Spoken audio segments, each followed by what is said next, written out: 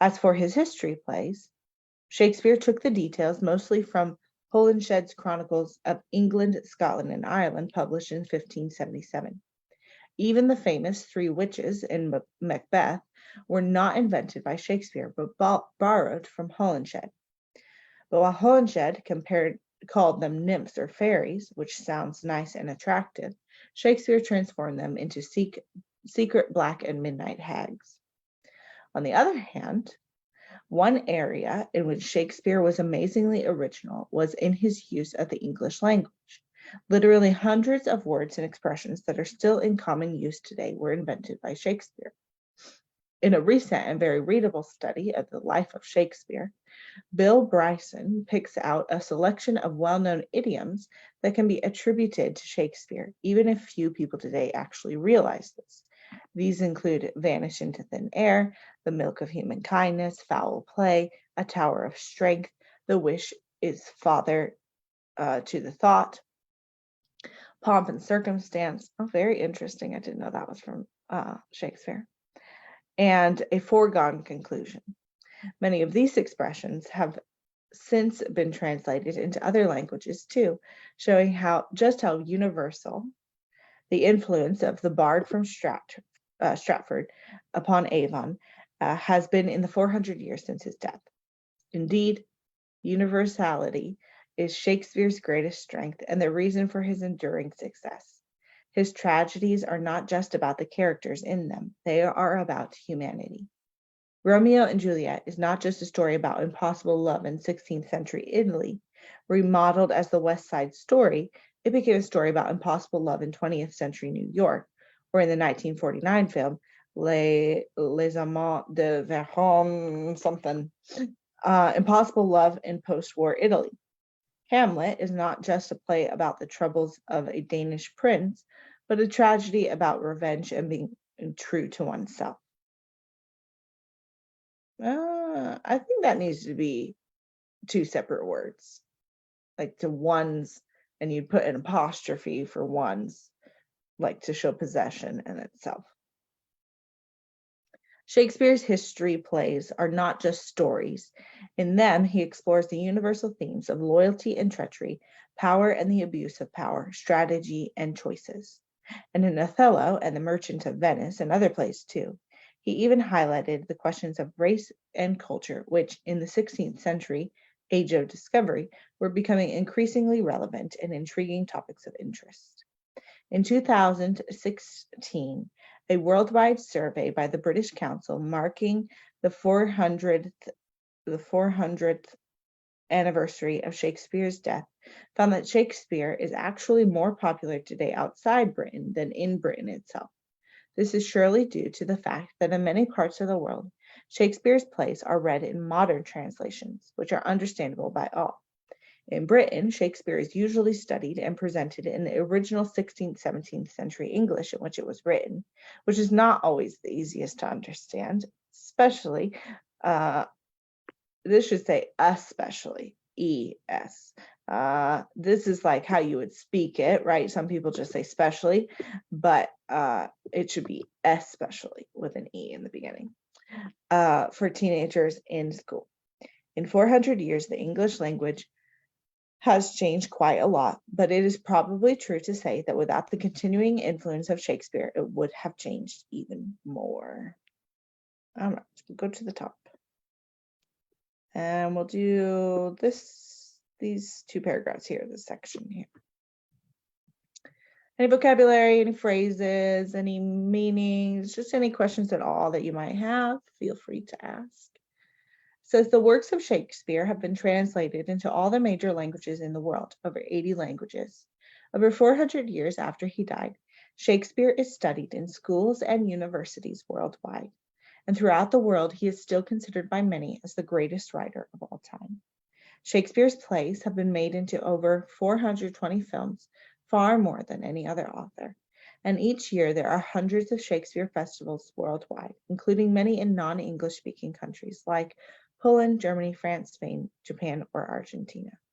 For a writer who died 400 years ago, this volume of attention and respect is incredible, almost unbelievable.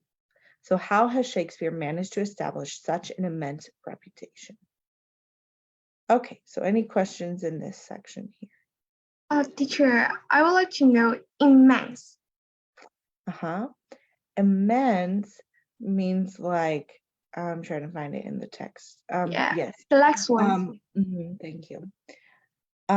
It means like impressive, like very outstanding, very large, that it's not just a small amount of people know about it, like a ton of people know about Shakespeare. Another example could be like, you have a bunch of people over to your house, you have a bunch of food on the table, you have an immense amount of food, right? A large amount of food, like it can be even overwhelming in a sense. It's very large and impressive. Yes, teacher, thank you. What else?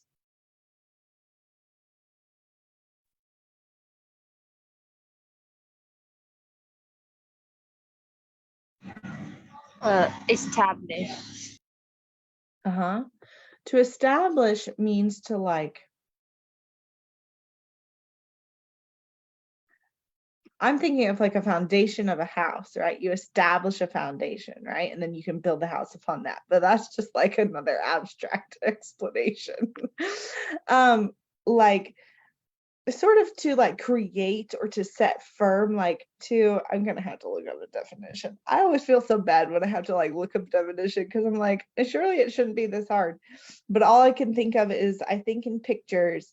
And so all I'm thinking about is like establish the throne, right? So like the king is on his throne, or like establish the foundation of a house. To set up,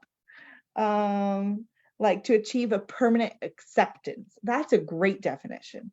Like everybody accepts Shakespeare as this wonderful writer, right? Nobody's arguing about that. And so he's establishing or setting up or achieving this acceptance or recognition that he is a good writer. Okay, Joe, what about playwright? Playwright. Let me see how they define it really quick. A person who writes plays, a dramatist. Yeah, second paragraph. Yeah, down here. Yeah, a person who writes plays. Oh, okay, thank you. We can go ahead and look at this second paragraph since there are some questions there. In short, Shakespeare is seen as the world's greatest writer because he was an incredibly good writer. Even in his lifetime, Shakespeare was a star. He was the most popular playwright of his age at a time when the theater was very popular indeed in London. You should not say indeed again. Just continue talking. You don't say it twice in a row. Shakespeare was very lucky to be born at just the right time in history when the theater was becoming a very popular art for the first time, and in England at least, writers were exploring all sorts of new ideas and techniques. Any questions from this paragraph? We talked about playwright.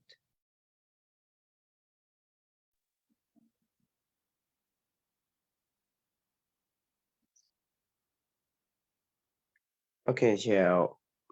Shakespeare and Distinguished. Okay, I make it highlight. Thank you. Master down here. Oh, distinguished up here. Yes. Okay. Distinguished. To like set yourself apart. Right? Usually in a good way. So you set yourself apart, like you have more wisdom or more knowledge, or you're better at something. So you're like set apart, you're on a different level of ability and skill.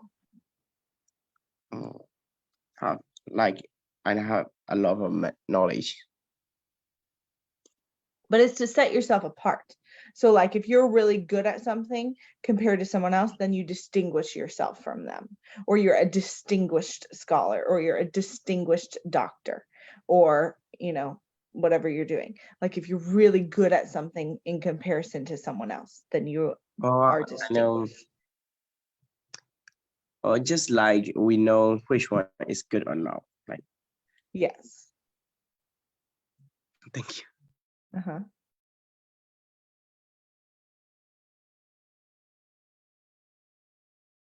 I think it's interesting how the English language, because I'm taking this class about like teaching reading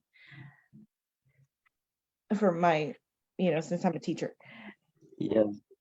The English language has so many meanings to just one word. Because like distinguish means like to set yourself apart from something, like because you're really good at it. But like people will also say like, that is a distinguished looking gentleman. And they're meaning like an older man who is like very handsome and well put together and like looks really good. He's like distinguished. He like looks like he's smart and put together. I don't know. And so that's like a totally different meaning than like you're really good at something. I don't know. It's very interesting.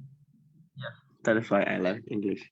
Yeah, it's very complicated in that sense of like understanding all the different meanings, but context helps.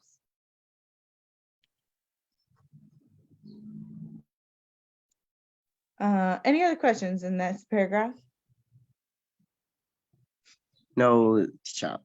Okay. Honestly, I'm really already read this passage because I know this website.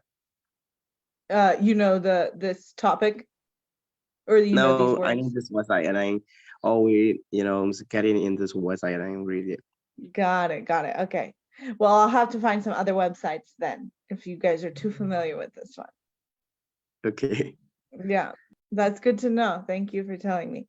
We'll continue with this article today, but I haven't been able to find, I've been looking and looking. I need to go into my like university, like library, online library, because I need like actual advanced English articles. I don't know. Anyways, I will do that on my own time. So let's go ahead and look at this paragraph here. We talked about distinguished, but maybe there's some other questions. Shakespeare distinguished himself from the other writers of his time in that while many other writers mastered one side of dramatic art, Shakespeare mastered them all. He could write amazing poetry, but he was also a master